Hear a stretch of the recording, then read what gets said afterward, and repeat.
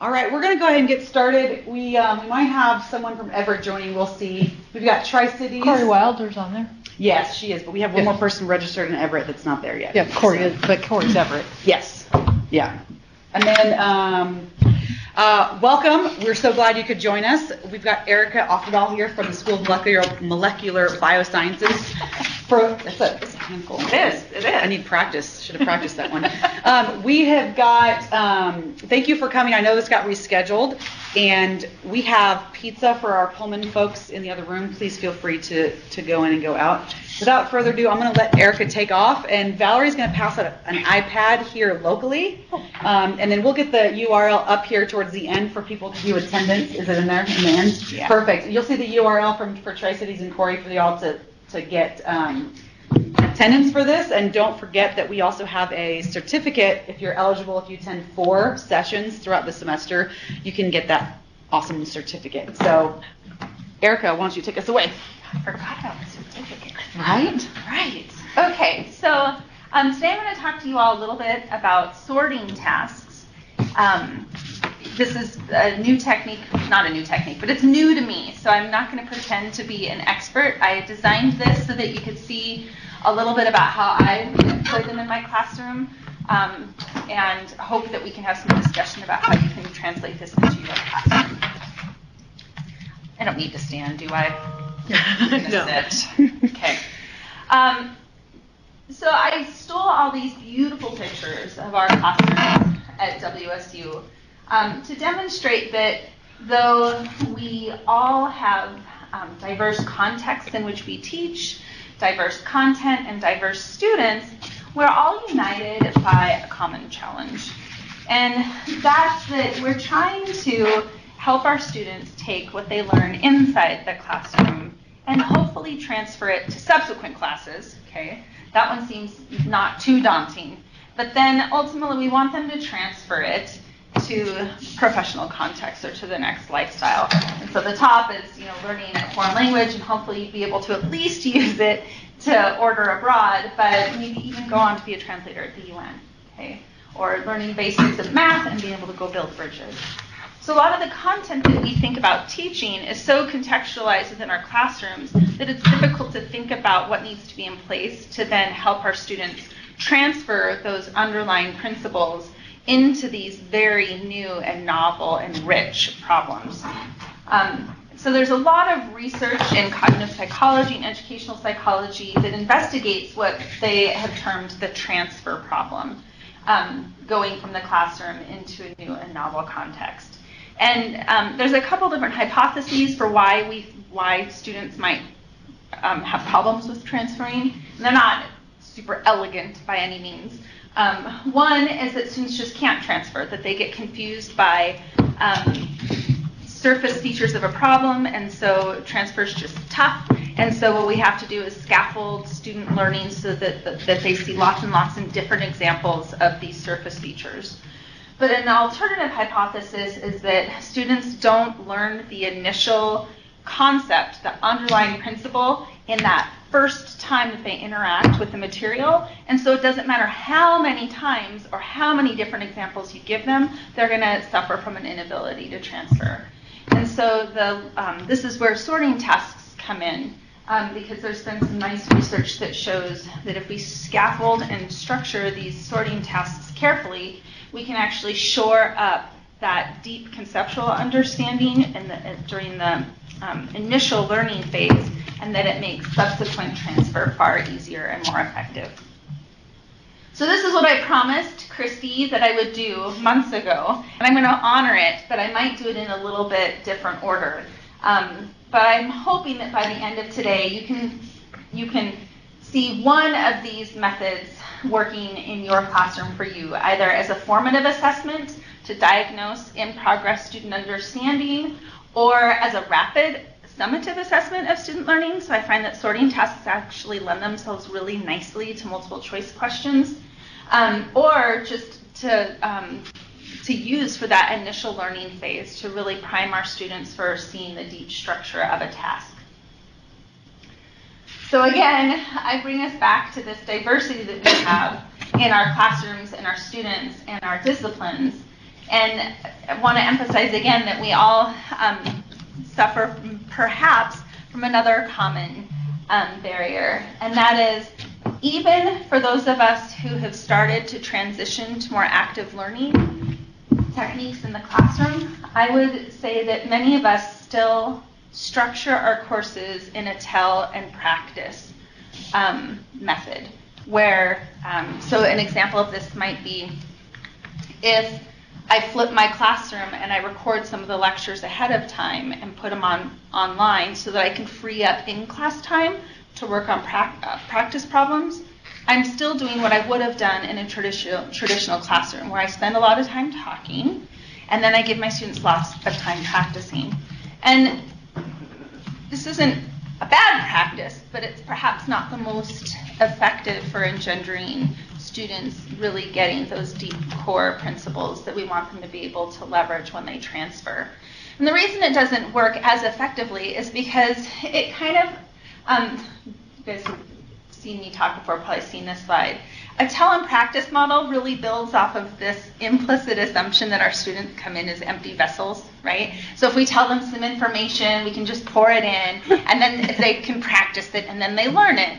And decades of research tells us that this isn't really how we make sense of the world. And really what we're trying to help our students do and help ourselves do is develop these very rich schema. And so all new information that we interact with, we want to be able to connect it with these already well-formed organizational structures in our brains, so that when we need to retrieve that information, we can retrieve it in context and for the right problems. Okay? So this all brings me to sorting tasks, because they are an activity that we would predict would help our students create these rich connections. So what the new content that they're interacting with, they can plug into their already well-organized understanding. So it's more likely that they're going to assimilate it in a way that they can recall it and use it appropriately later. So this is really coming out of some work by Mickey Chi at Arizona State University. And she talks about 4 different types of activities that support students' ability to transfer. And the reason they support ability to transfer is because they're developing the deep conceptual understanding. She calls it the ICAP framework. Yep. Can you say the name of the? Michelle Chi. So the reference is down at the bottom. Oh, okay, great. She's from Arizona State University. I am infatuated with her scholarly work. I just think it's very thoughtful and has informed my teaching. It's a little dense, though, so I'm trying to make it a little bit more bite-sized. So they hypothesize that there are these 4 types of activities, and the effectiveness of these activities decreases as you go from the left to the right. So the first, stands for interactive, constructive, active, and passive. Passive activities are really what we used to do, or what we experienced as students ourselves if we were in a lecture predominant learning environment.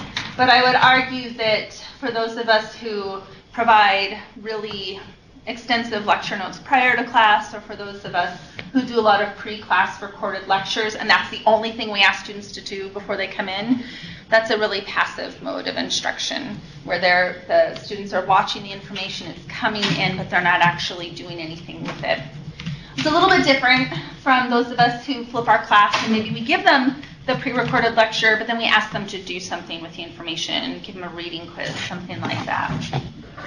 What I've been playing with is how to adapt these sorting tasks and create and adapt sorting tasks so that my students are doing these other 2 types of activities, which the research has shown increases students' ability to transfer. And those are constructive tasks and interactive tasks, and they are exactly what they sound.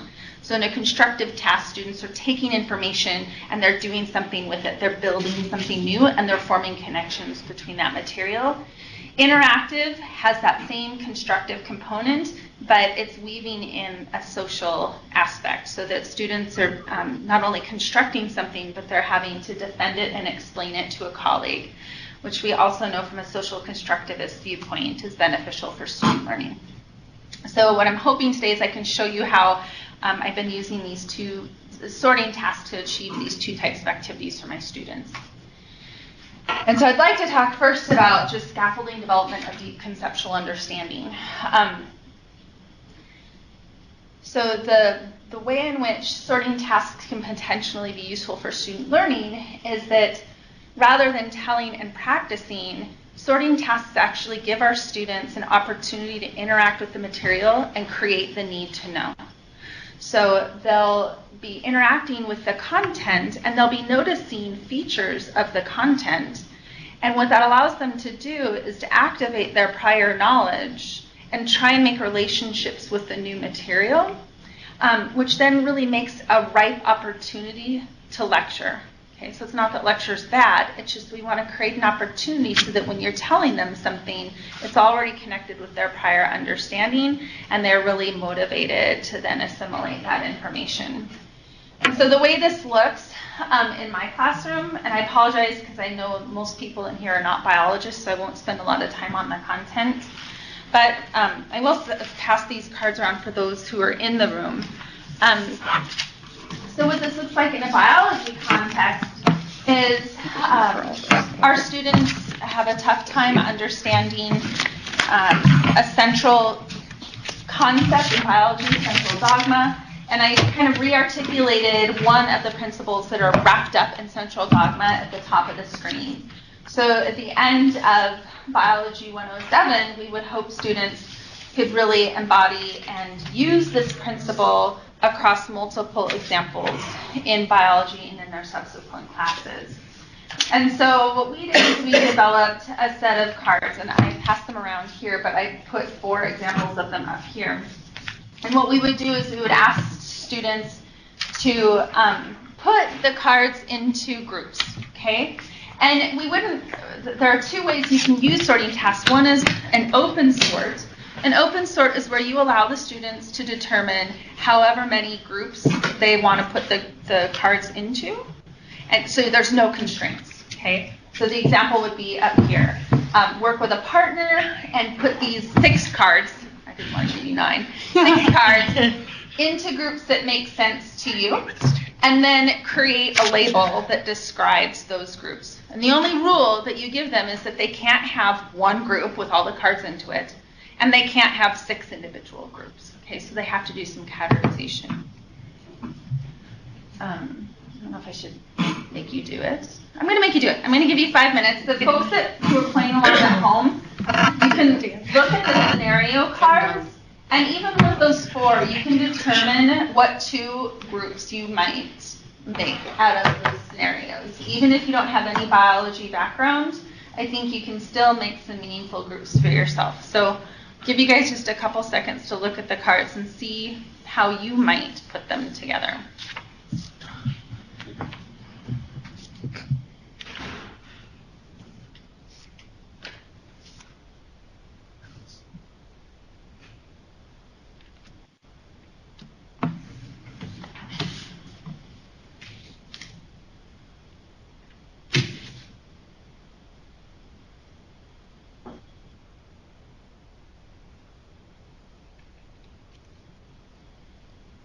In real life, I'd make my students do this as partners, but I'll admit a dirty little secret. I don't like being a student and having to do active learning in faculty workshops. I'm not going to make you work as a partner. If you want to, you may. If you think it would certainly enrich your learning experience. But I find that in the middle of the day, that's too much for my introverted self, so I won't make you. And what do you say to students who have the same feeling about active learning in the classroom? Oh, that's a good question. So probably longer than I have to say here. There's some research that is coming out of the biology education realm that's looking at students who come into our classes already with clinical levels of anxiety and how the active learning environment exacerbates it and is causing them to not attend classes at higher rates than others. So I don't have an answer, certainly one that's research-based, but I do, Lisa Gloss and I have been talking about how to deal with that in our team-based learning environment to help ameliorate some of the anxiety. But I think that would be a fabulous workshop that somebody could put on. I'd love to go. That has happened to me in Com 101. I've had at least 3 students say, I have not been attending class because of the large class and the anxiety and the amount of interaction. I mean, part of me wants to say, part of me's like, well, yeah. I'm not sure how to deal with that, but And there is this push toward this active engagement learning, and I understand that it's kind of a balance. At some point, it's like you're going to have to learn to manage this in the world. Yeah, so- But then there's the other part of I don't want to overly penalize them either if they're struggling with that, Yeah, so we just, I think for my own teaching, sorry to get off track, but Sorry. for my own teaching, it's been, if they have anxiety that is serving very much as a disability, then I work with Access Center to figure out what a reasonable accommodation is. If it's a student who's just like, it kind of makes me uncomfortable, that means that I need to do a better job of developing the norm in class and developing, so our students work in groups and they are fixed groups. So we have the advantage of they get to know each other and they get over that after the first week or two, but I set up pretty tight rules of engagement early on and we develop a group conduct. What's the class size like? We have 90 in the first semester and 45 in the second. They work in groups of 5 to 6. Oh, okay. I think. Okay, so you've had a chance to take a journey with me. How did you put your cards?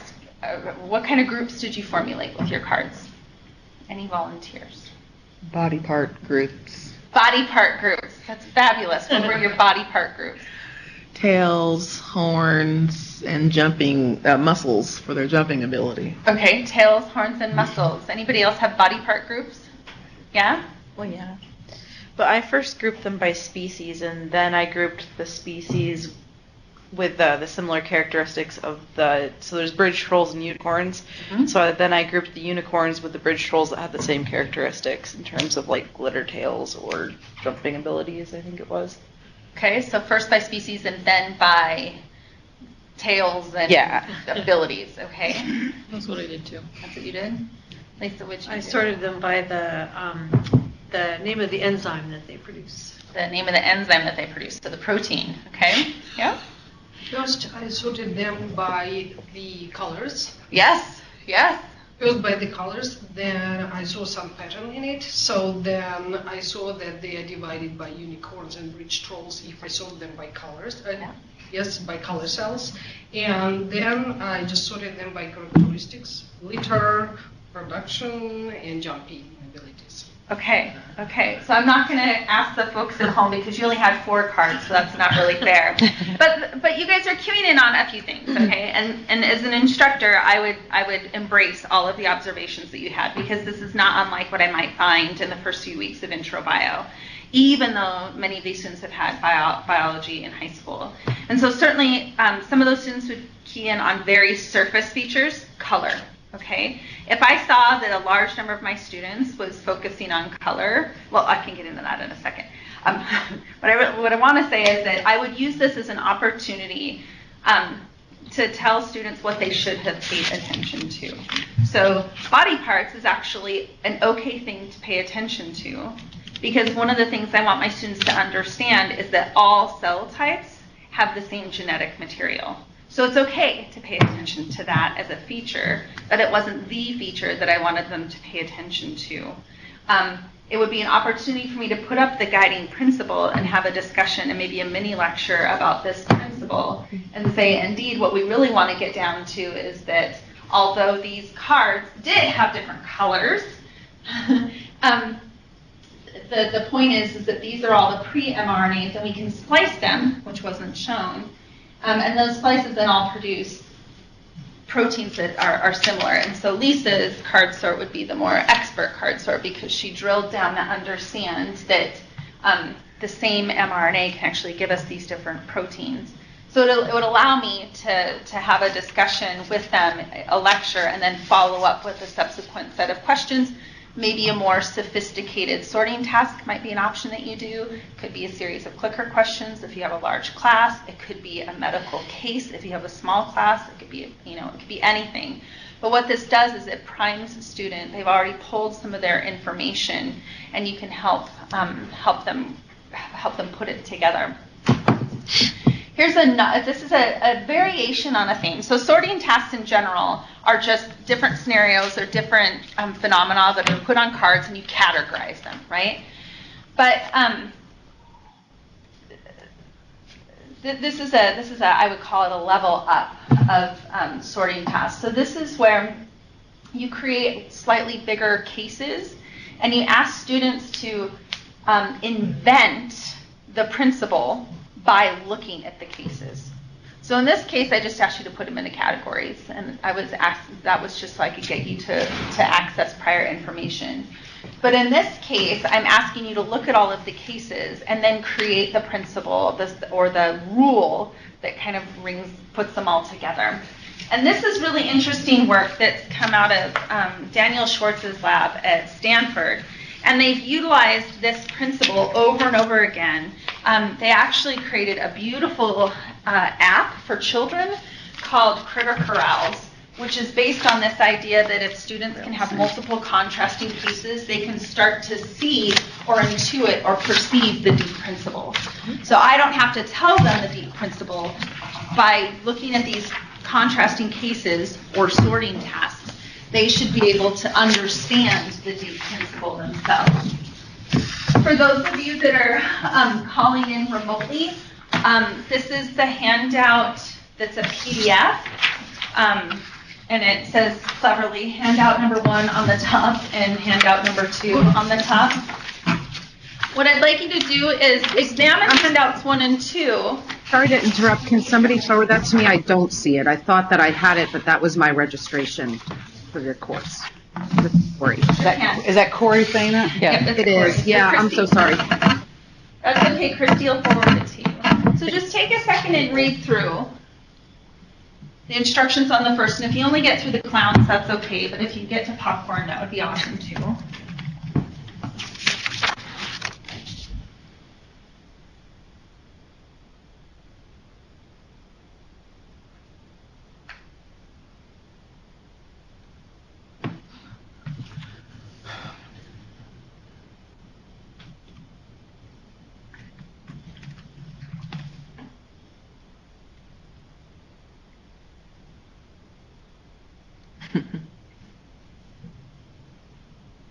All right, Corey, I just sent them. Thanks, Christy. Yeah. And I'll close the registers in the arms.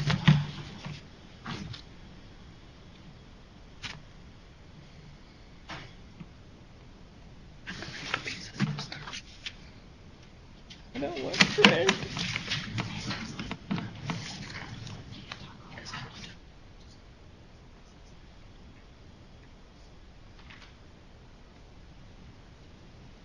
Ratio.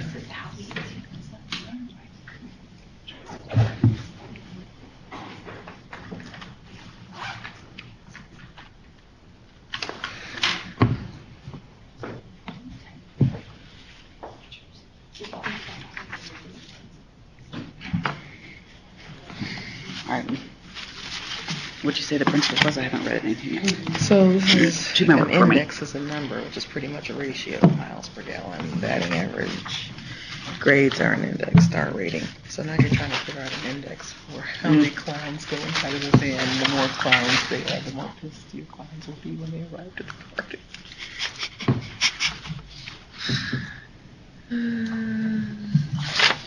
I'm trying to figure out the company clown indexes. Don't want to interrupt your clowning.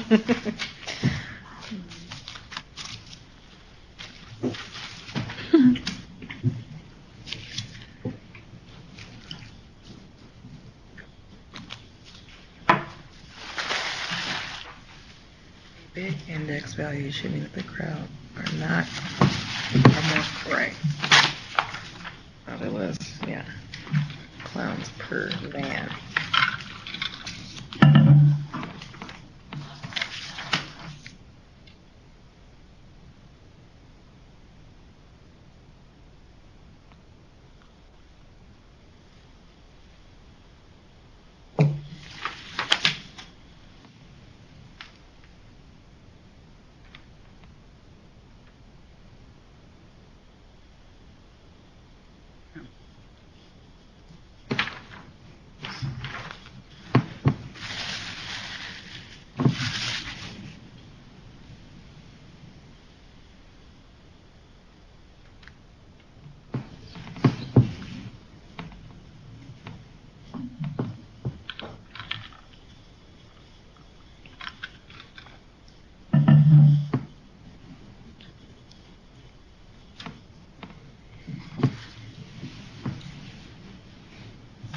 So what's your deep structure here? I'll give you about 30 seconds, 45 seconds, I guess. I never know how long to give these.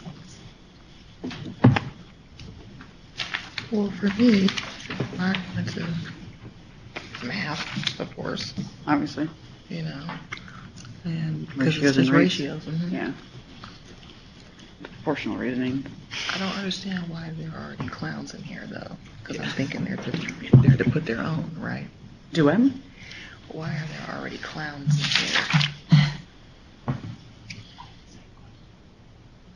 in here? Is that a suggested index?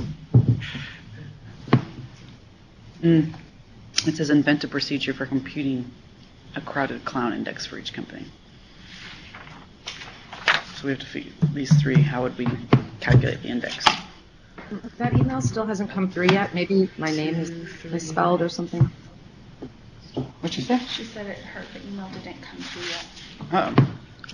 Sorry, Corey. We'll keep That's trying. okay. I just feel bad. I want to hear about the clowns. I don't know what's going on. Well, I put it in the slides too, so I'll advance here so at least you get a little bit of the Okay. context.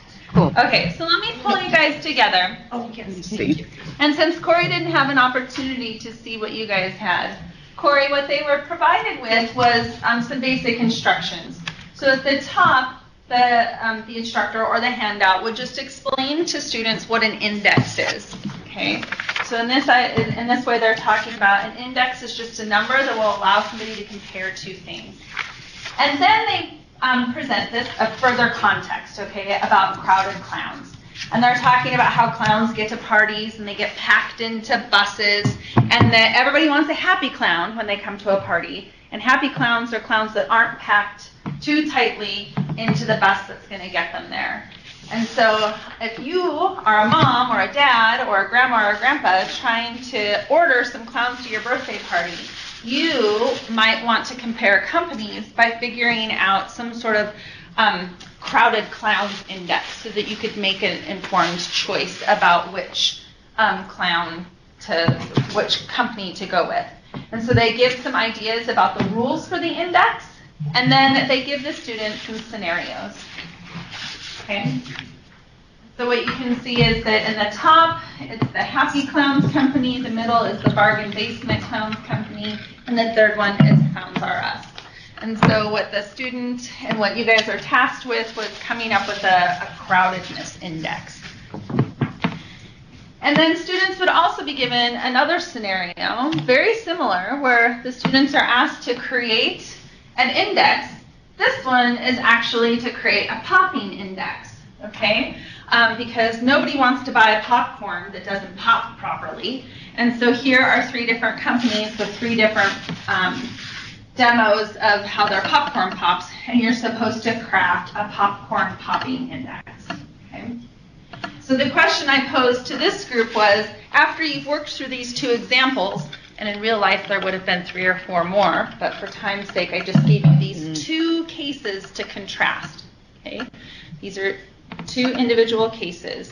You work within each one to make the index, and then looking across them, I ask you this question. After you've walked through these 2 cases, what deep structure do you think you can pull out?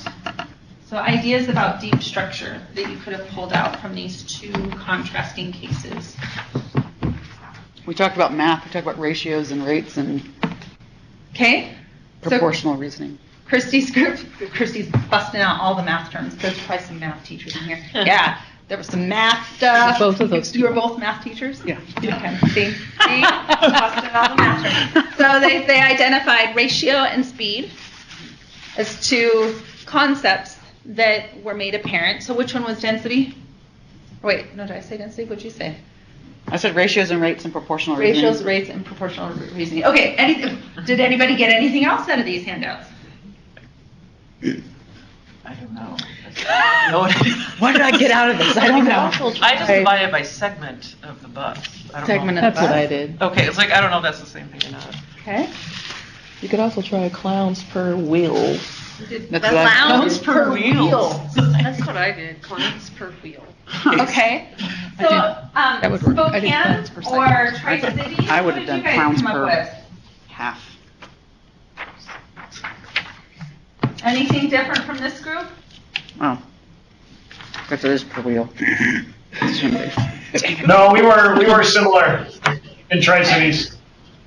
Okay. He's a math teacher He's too. math too. See, I asked Christy, I had it last week before I had to cancel, I asked who was going to be in the room because I didn't want to make an idiot of myself. And I don't know if it's the same people or not, but I feel like if I had to calculate a crowded index for mathematicians, this would be right up there. Okay. So if students so through this process, students would be able to accurately, like you guys did here, come up with a number that describes how crowded the clowns are. Mm-hmm. And by the real mathematical name for crowdedness index is density, right? How many items per unit volume, or how much mass per unit volume.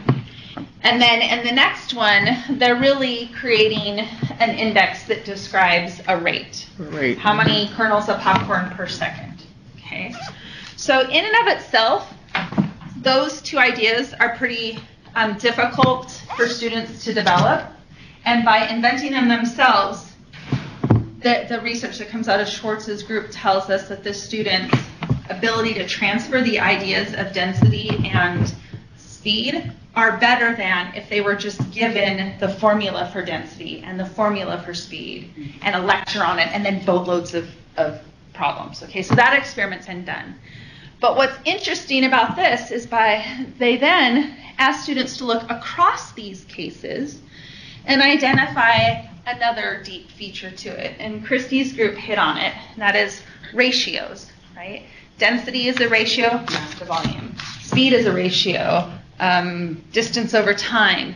And we can think of lots of different proportions that we deal with in our day-to-day life. And so this is a way for students to extract that principle without us actually having to tell them. What I find useful about contrasting cases is that the students develop that understanding on their own and it becomes much more resilient and durable. What I find difficult as a teacher is identifying the principles that lend themselves easily to contrasting cases. Mm-hmm. Okay. So I always fall back on, well, it would be much easier if it was math, but how do I do this for something like protein folding, which there's probably not a lot of biochemists in here. Or I have a colleague who is a historian, and he's like, I can see how I could develop a sorting task so that they can start to see common plays in history or common patterns. But then if I ask them to look across patterns, that becomes a little bit more difficult. Mm-hmm. So not all content lends itself well to contrasting cases, but it really is a nice, elegant way to get your students to identify the deep principles and be able to use them without having to lecture straight at them the whole way. Erica? Yes, ma'am. So when I looked at the clown one, yeah, it took me a little while before I came up with clowns per wheel, because the other ratio the other crowding thing is in the middle one, there's 2 in the first segment, 3 in the second, and 4 in the third. So there's other patterns that are in there. Yeah. And I can imagine students getting really caught up in a pattern like that and never kind of coming around. So how do you deal with students that are just thinking about it differently and not wrong, but they're not coming up to the conclusion that is designed to? Yeah, so we were just having this discussion a little bit before when I commented that I'd be absolutely happy if a student started out looking at a surface feature of color in the previous example, because I can start to have a discussion with my students that they're not yet experts in math or in biology or whatever the discipline is. But the very fact that they are observing differences in the phenomenon means that they are primed to learn in my classroom. And so, of course, they're novices. They're going to pay attention to things that maybe aren't what we want them to pay attention to as the professional, but I can work with that. And so I find that it's a really nice way to have a discussion with them about what else do you observe? Or does that really explain what you're supposed to be explaining? So, for example, with the clowns per wheel, I would say, I might ask, how is that a crowdedness index. Like, to me, crowded means how tightly packed I am with somebody. And is that the most explanatory way that you can come up with a crowded index? I think there's sort of two dialogues that's happening with the student. You can encourage them to keep noticing different surface features, and the act of noticing, you can lead them to notice the right things, and then you can talk about how important that is to them in developing disciplinary expertise. But then you can pose the question and say, golly, that doesn't really make sense to me if we're really talking about crowdedness. Okay. Other questions? Okay. So in both of these examples, the unicorns and bridge trolls, the clowns, and the popcorn, those are all examples of how I might, I would use sorting tasks as a way to first introduce students to the content, to help them develop their understanding of a deep principle. What I have found is that it is devilishly hard to make a good sorting task that accomplishes all of those. And so I have failed lots and lots and lots in the process of trying to make sorting tasks. What is relatively easy as an instructor, however, is creating sorting tasks that actually just tell me what students are thinking about the content, so that I can kind of diagnose where they are. It's a formative assessment.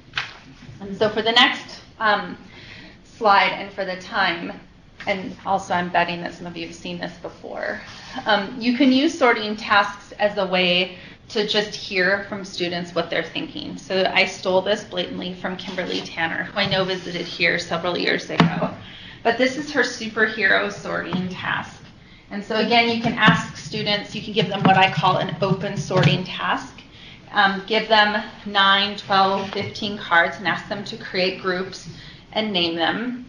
And what you'll find is that novices, like myself, who are asked to sort superheroes, will come up with some very novice-type patterns in how they sort the cards. So they might have a group that's all the robot types, and a group that's all the flying types, and a group that's all animal types. The first time that Kimberly did this sorting task with myself, I was actually sitting with a Nobel laureate. And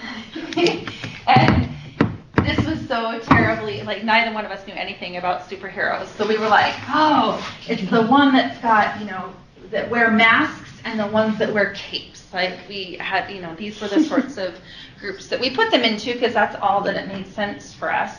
But you could imagine that if you use this sort of sorting task after you've given some instruction, it can be really informative to you whether or not they're paying attention to the right things or if they're coming up with the right concepts. If students were doing this, I would say, darn it, they're still paying attention to surface features. That problem set I gave them isn't helping them develop the deep understanding I want. Maybe I can leverage these surface features to really to do something. And, for those of you who wanted to know what the expert sort is, somebody who's a real comic expert would notice that there's the Avengers, the Justice League, or X-Men. This is one way, one deep feature that you can sort these cards on. But you can also sort them in another expert way, and that would be How I got the powers. Marvel Comics versus DC Comics. I don't know what these comics are. These are Kimberly's.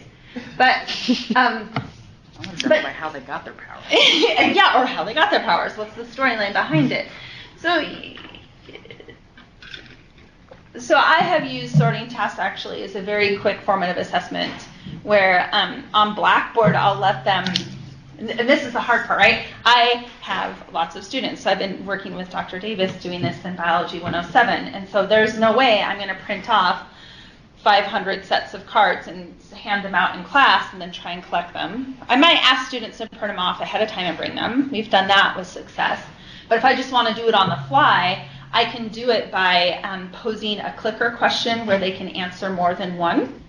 And so I can say, okay, we're going to sort these cards right now, all right? And if I do a closed sort, where a closed sort is where I give them the category a priori, and I can say, okay, I want you to sort all of the vertebrates, okay? And click all the ones below that fit into vertebrate.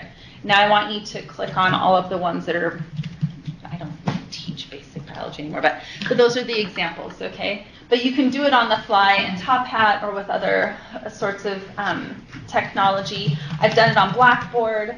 There's sorting task software that you can use. You can use it with Padlet. If you have a slightly smaller class, especially if you're in one of the instrumented rooms, you can use Padlet. Ahead of time, you can have the cards already on Padlet, and then students can drag them into groups, and that tells you something about how they're thinking. So I really like the idea of a sorting task as a formative assessment. It tells me a lot about where they are, and then I can go from there. And also, if I don't craft a super perfect sorting task, it doesn't matter, right? It's just about getting them to make their thinking visible to me. And then the other way I use sorting tasks is creating multiple choice questions. So I didn't have time to find a really good example to put in here because it was on Blackboard and I couldn't find it because it was from last semester. But so I have done a closed sort where I give them the 3 groups that I want them to sort it into. I give them the overarching principle, and then they click. It's like a multiple choice question that they put it into. But before they take the assessment, I make the cards available in a PDF so they can download them, print them off, and I actually tell them to download them and print them off and sort them first and then just complete the Blackboard assignment. So I've done that as a homework assignment, and then we've gone an additional step and used it as an exam item. So we give them miniature cards on the exam, and then we have them circle and put them into groups. So from a grading perspective, if they've been doing this sort of thing all along the way and you've vetted the assessment item, then they're a pretty quick higher order assessment item that you give them that's easy to grade, or maybe even machine gradable if you're smarter than I am. Figure out the options. So we have like 2 minutes left, but I wanted to hear from you guys if you thought, I didn't get a chance ahead of time to hear what disciplines you're all in, but I wanted to know what kind of concepts you think you could see using this for in your own class. And I wanted to hear if you, this is too much for the last 2 minutes, but it is too much for the last 2 minutes. I'm trying to shove it all in. I also wanted to make the point that sorting tasks may seem like simple compare and contrast questions, but they're more than that. And I'm really hopeful that you can see through the clown car and popcorn popping exercise that this is not just a compare and contrast.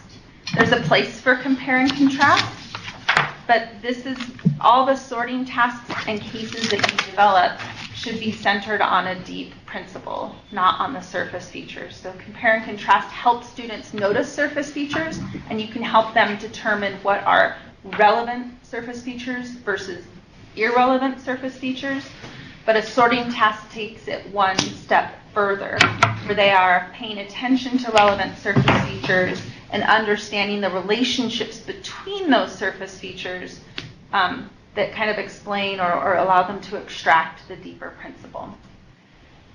So the big take-homes are look for a deep structure like density or ratios, or for mine it was central dogma. Get students to explain it, the groups that they put it into. I didn't do a good job of showing that to you now, but by asking them to put a name on their category or to explain to one another and defend, you're further enhancing their ability to make connections to the deep structure. And then the last is that really the utility of sorting tasks is only limited by your imagination and time. You can use them as a formative assessment. You can use them to introduce them students to a concept, and you can use it to shore up deep conceptual understanding. So that's all I have, and I know that Christy needs to get video conference attendees to log in via here, but I'm welcome to hear what you think about this, or if you have ideas for your own discipline, or if you have questions about how it might work in your own discipline. That's kind of where I have it right now. I have a question. Yeah. For big classes, how do you support the open sorts, or whatever open sort, Yeah. that's right, open sort, and being able to view their thinking on a large scale? Mm-hmm. That's where the having a system already in place for how you elicit student responses is important. I don't know if Bill uses random call anymore, but when I taught large lecture, I would, sounds like a pain in the butt, you only have to do it once, So I had 400 students, and I had a little head of knowledge, with the glass head of knowledge, and I would take the roster at the end of the semester and I would cut it up so that it had one student name on each piece of paper, okay? And while they were doing their sort or doing their formative assessment, I would randomly pull 3 names out and I would put them on the overhead document camera. And I would say, I want you to be prepared. I'm gonna ask you guys to speak out in class. I know that's a big ask because this is 400 students, but we would have already developed that culture ahead of time. So my first 2 days of class in large lecture, we develop a contract, which is a set of rules that we negotiate together about how we want the course to go and what kind of interactions we have. So we talk about how it's going to be scary to talk out, but we're all going to honor one another and support one another in risks. And then when I do call, so the advantage of pulling their name ahead of time is that for those introverts, they have some time to craft what they're going to say and build up their courage. But also, I always tell them, you're working with partners, and so when I call on you, you're not speaking for yourself. You're speaking for a group. And so when I do call them, I'll say, Abby, what does your group say? So then, again, it kind of takes the anxiety away because it's not them whose butt's on the line. So then I'll pull their name and say, how did you guys sort? What was your reasoning for sorting? Rough show of hands, because I don't generally use clickers. Rough show of hands, how many of you had a similar? Okay, were there any different ones? How would we do that? So it's harder in large lecture classrooms to get students to talk, but if you start day one developing that culture, they expect it.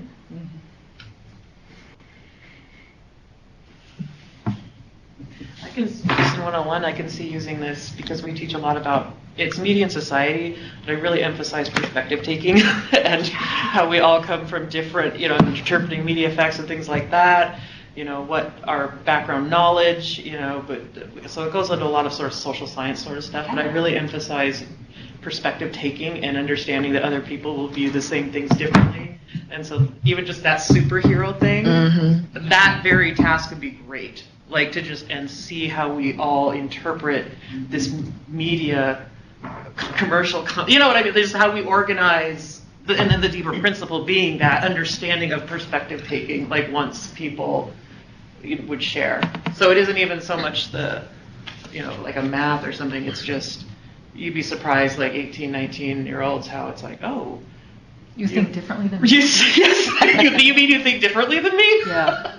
You have a different definition of gender than I do? Or you know what I mean? Like you would interpret the information based on what you're bringing. Yes, and so that's a repeated theme throughout my semester, is perspective taking.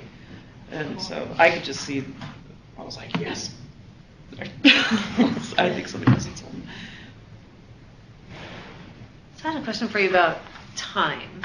Because we always are trying to balance how are we going to use our 50 minutes in class. And I can see the power of this, and it also strikes me that it could take a lot of time, especially if you're really trying to get students to speak out in class, which I don't think is a problem, but there's a cost-benefit ratio there. And I'm just curious what kind of thinking you do as you go into your class to decide at what point is the cost-benefit, I'm going to spend all this time because this is such an important thing that students are not getting, versus this may not be worth the amount of time it takes because students are at, I don't know. But what are the thoughts that you go through before you decide to do something in your classroom? The longer I teach, the less content I cover.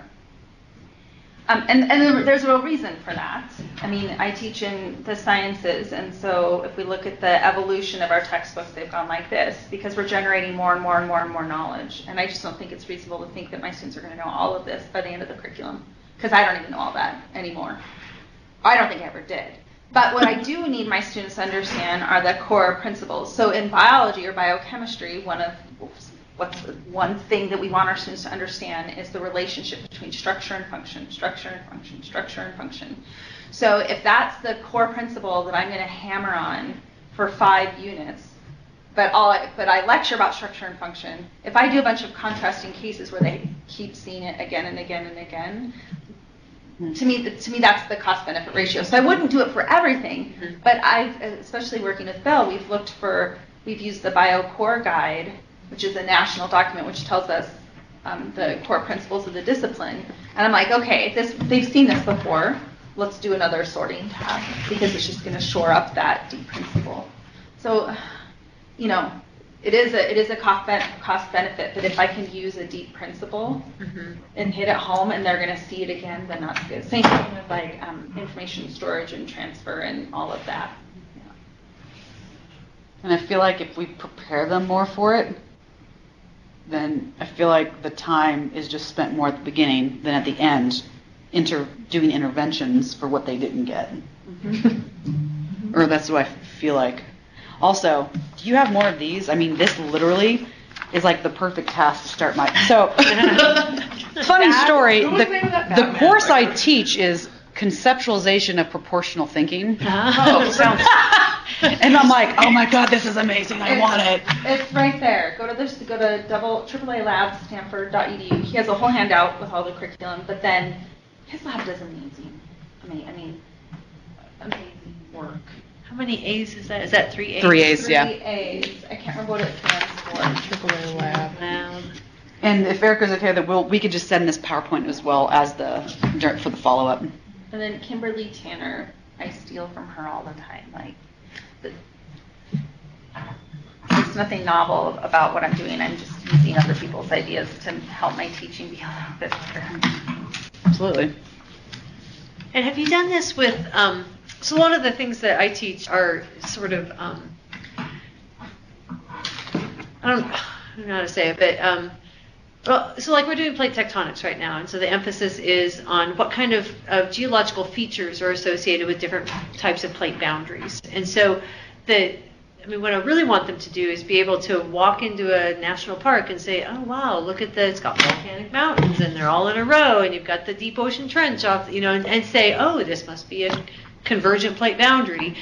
And so there are principles involved and really maybe more patterns than principles. And so in a sense, I could see using this as a sorting task to say, well, which of these scenarios have similar features? And, would you sort it by volcanic mountains versus non-volcanic mountains, having, things like that. And so it's not exactly big principles, but it's sort of a way to see common features that then we could move in and say, and how would these have been created? Let's go down into the earth and see what's going on with that. I've done something similar. 20 amino acids, okay? Students have to memorize them for biochemistry because it's like a language. We use them for everything. And they do it through course with cards. But then they don't understand anything about the similarities between them or the chemistry, right? Which is what I want them to get, which is kind of like what you're talking about. So I've done the sorting task with them. There's not a deep principle, really, that I'm trying to get them to understand. But I asked them, here are 20 amino acids. It's sorted in your book, right? But they don't even open their book.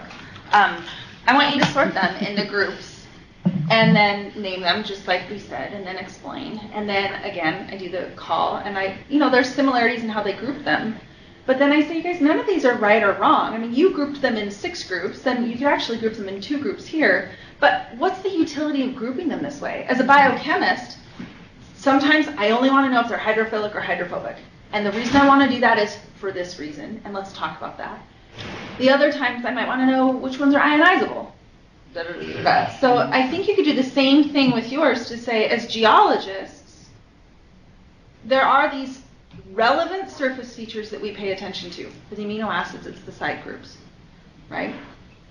I don't know what it is in geology. But so this sorting task is going to help you identify those really relevant, important features.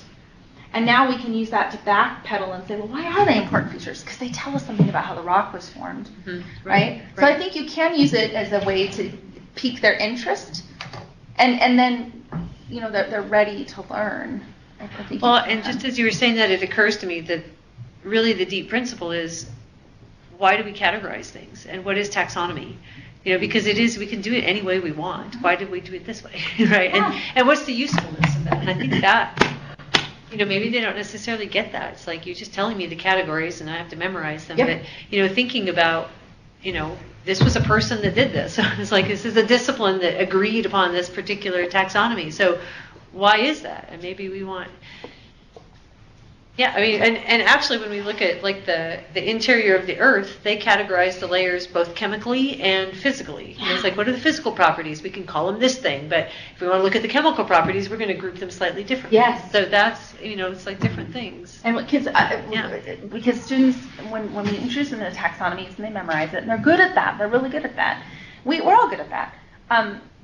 But then when it comes time for them to like leverage that understanding, that's when the wheels fall off the bus. Right.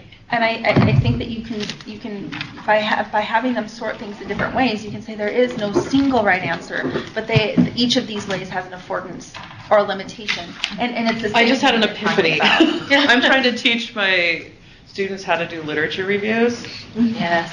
Huh. and how to Sounds sort fun. information based on theme that they had to find in a research article. You know, they're I mean, it's a huge task because it's Common 101 and I'm making them do a short lit review where they actually look at. I was like, don't worry about the results section. Just get to the main idea. What did this find? What is your research question? Do you have the ability to pick out and sort what's important to put into this paper based on your research question or Yeah. based on the essay prompt